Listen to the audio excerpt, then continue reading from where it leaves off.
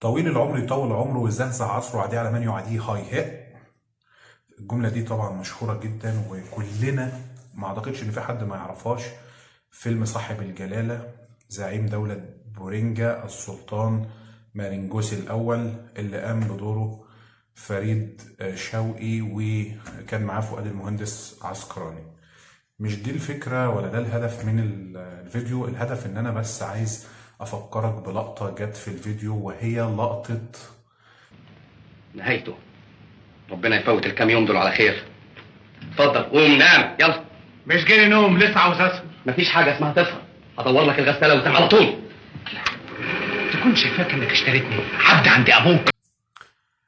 طب ايه الهدف، او ليه ناس اصلا بتطمن لما تنام على صوت الغسالة؟ فوجئت كمان لقيت في ناس حاطة صوت الديزل، مولدات الديزل القديمة. الصوت ده بيتسمى الضوضاء البيضاء، عامل بالظبط كده زي ألوان الطيف لما بتندمج كلها مع بعضها فبتكون لون أبيض فاضي. فبرضو هذا الصوت بيعمل على توحيد أصوات الضوضاء كلها. يعني يقول لك أنا معرفش أنام لو في ناس ماشية في الشارع وصوت عربيات وكلاكسات وي، لكن بمجرد ما صوت المولد ده يشتغل أروح في النوم على طول.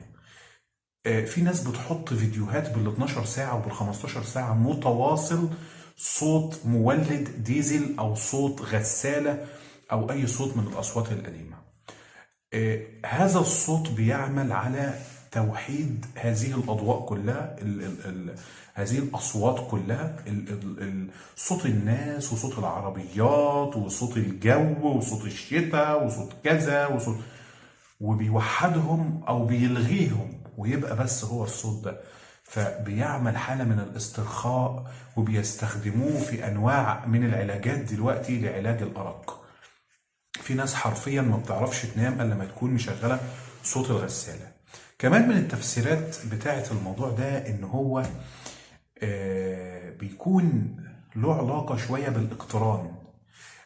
انا وانا صغير كنت بنام على صوت المولد ده، او كانت ماما تبقى سهرانه بتغسل بالليل وانا اسمع صوت الغساله فاروح في النوم.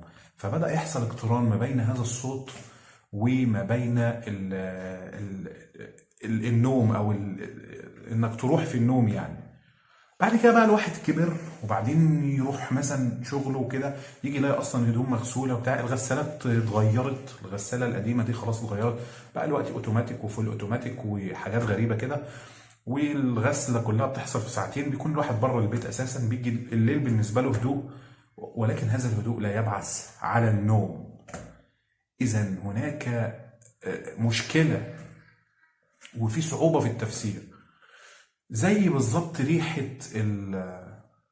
عارف انت لما تشم ريحه جزمه جديده او شنطه جديده فتقوم ذاكرتك تنط بيك كده 20 سنه لورا ولا 22 سنه لورا، او ايا كان سنك بقى، ترجعك للطفوله وانت في ابتدائي لما كنت تبقى جايب جزمه جديده او شنطه جديده او كذا. فهنا نفس الكلام بالظبط، انت عقلك بيعمل قفزه للوقت اللي كنت فيه بتسمع صوت الغساله فيه فبتنام وانت مرتاح.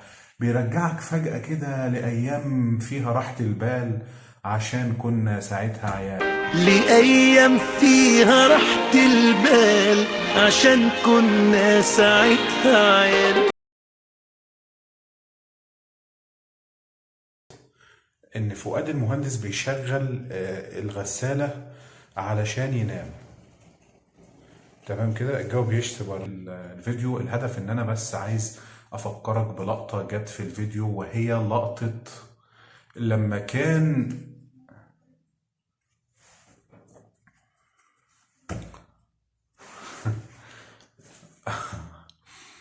لما كان فبعدين فوجئت لقيت الناس بتتكلم ان ده يبعث